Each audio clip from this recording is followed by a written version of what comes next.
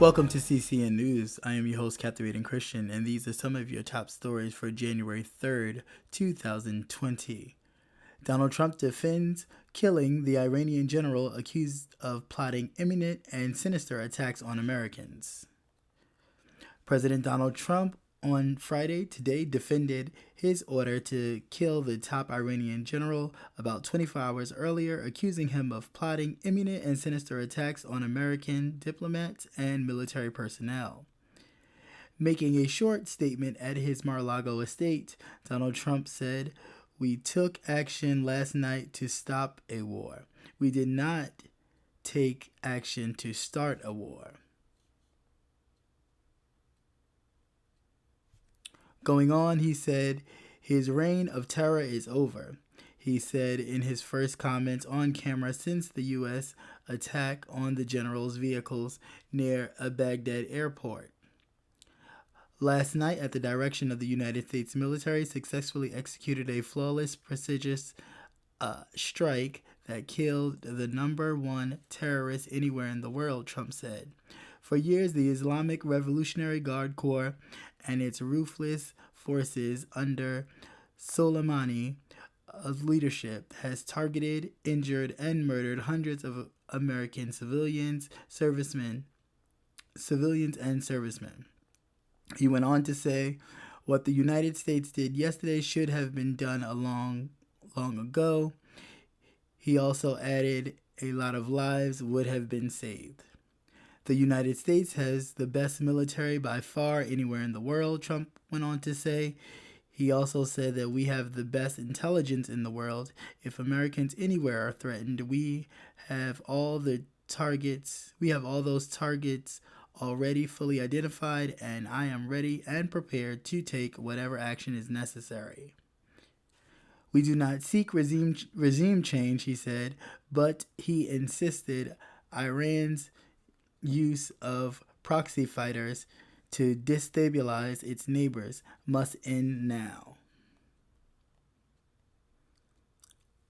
And just to add a little bit of commentary and color to that, it's funny how Trump doesn't believe any of the intelligence given about the Russians interfering with the 2016 election or anything to do with him asking the Ukrainian government to dig up dirt on Hunter Biden and Joe Biden in order to receive military aid to help them.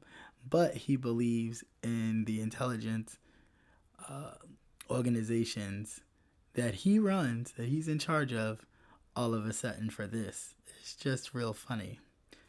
But moving right along, and in other news, the Methodist Church plans to split over gay marriage and gay clergy, church officials say.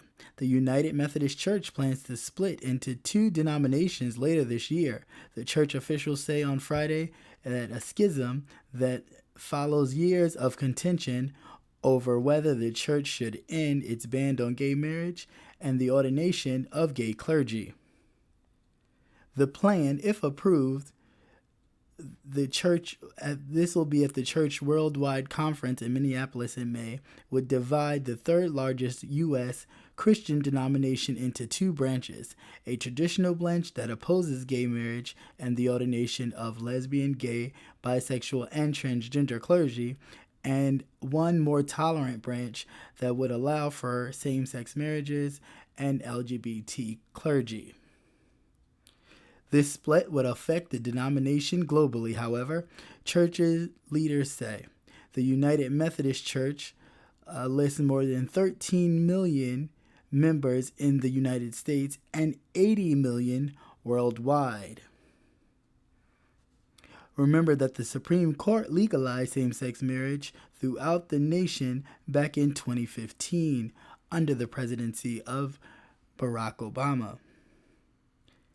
But the decision applied only to civil unions and not religious services. So denominations such as the Episcopal Church and certain branches of Judaism have sanctified same-sex unions, while others, including the Roman Catholic Church and the Southern Baptist Conference, have declined to do so. A council of Methodist bishops met in Washington, D.C. on calling Friday's move the best means to resolve our differences.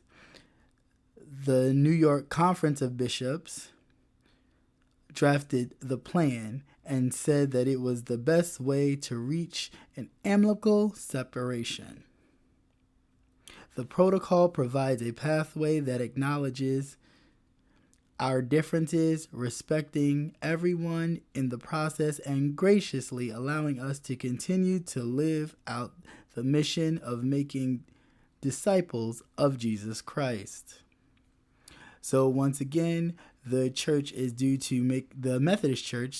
due to make a decision on whether to split over the gay marriage and gay clergy.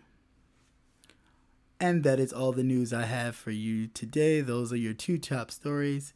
And again, as always, you must be the change that you want to see first.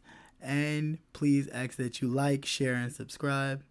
And that's all I have for January 3rd, 2020. Thank you for watching CCN.